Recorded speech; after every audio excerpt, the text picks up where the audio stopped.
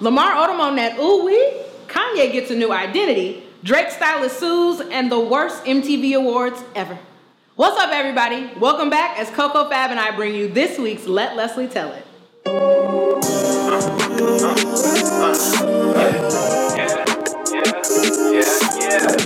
For those of you who haven't heard, Lamar Odom has been dealing with some sad stuff lately. He's supposedly dealing with a crack addiction. He and wife Khloe have separated, and now he's missing. Now, I'm no mathematician, but I think that he could afford something a little more high class than crack. Like Whitney said, show me the receipts. 2, according to TMZ, Khloe splits weekly. And 3, how does a 6'7" human being go missing? Where is he gonna hide? What's his disguise gonna be? Something isn't adding up. They say the apple doesn't fall too far from the tree, and if you watch the show, you know his daddy also deals with drugs. This is sad, but I blame that pimp Kris. Her constant hoe get on the stroll sorcery ran old Marty Marlowe. If it wasn't pushing that fragrance or trying to get him to deposit those seeds into Khloe, it was something else. She gave the man a headache. You'd probably be puffing on the pipe too if she was your mother-in-law. Things were going well for L.O. until he married into this circus and got cut from the Lakers.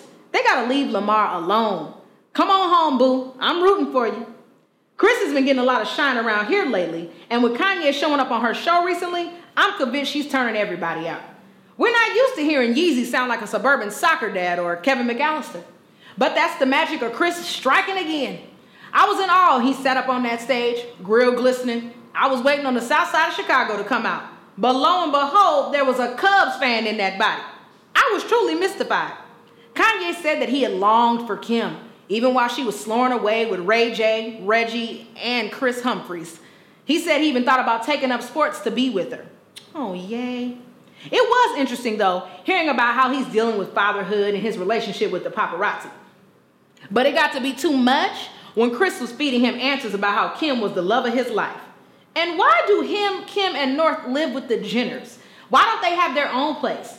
This mother is too involved in her children's lives, and it's weird and has to stop. The final straw was the story about Kanye photoshopping himself into the Kardashian Christmas card. What kind of 1-hour photo circa Robin Williams behavior is that? Kanye, escape while you can, baby. Take North and run. Celebrities stay running out on their bills, and Drake's stylist is suing him for the lack of payment. The ballad-loving rapper supposedly owes old boy $80,000.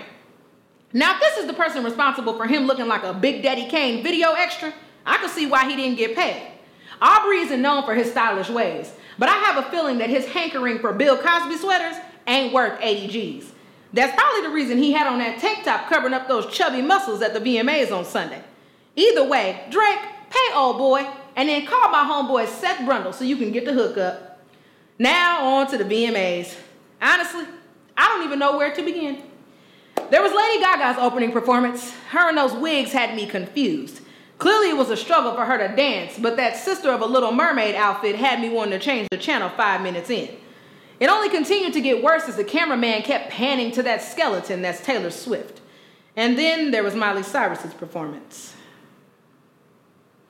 Why and how does she disrespect the innocence of teddy bears? How does something so sweet get tainted by her nasty tongue and flapjack booty cheeks? If there was ever a picture of daddy issues, we could point to this young lass. I don't know who told her she had to be nasty to get paid, but we need to find them and make them pay. And Robin Thicke should be ashamed of himself. First, for letting his wife keep showing up places, high as Keisha Cole's mama. Secondly, for that Hamburglar outfit. And third, for letting those flesh flaps dance on it. I was disgusted.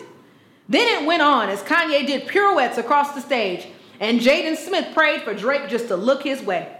Jennifer Hudson even showed up to do a sing-along that wasn't a Weight Watchers jingle, and I'm sure she scared that girl when she looked her in her eyes. Oh, it was all confusion and clusterfucks until Justin Randall Timberlake showed up to save the day. That man's catalog of hits had that hour I wasted of my life all worth it. He came and got his dance on, sang his ass off, and even brought out NSYNC. Joey was up there looking like an old Italian daddy. And props to JC for getting his good singing on while he had a platform. Because he knows we haven't been checking for him since that black cameo went boom like an 808. MTV, it might be time for some rebranding. You're no longer music television. but instead the place that teenagers go to find out who their teenage internet boo really is, and that shows us condoms should be handed out in homeroom. It's a wrap for y'all. If you missed it, catch the reruns. And don't forget to subscribe to catch me each and every Friday. Follow me on Twitter at the handle HotMommy. Check out CocoFab.com for all the juiciest entertainment news. And until next week, peace out. So good. But it feels so good. So good. I swear I'll be alright until I see that.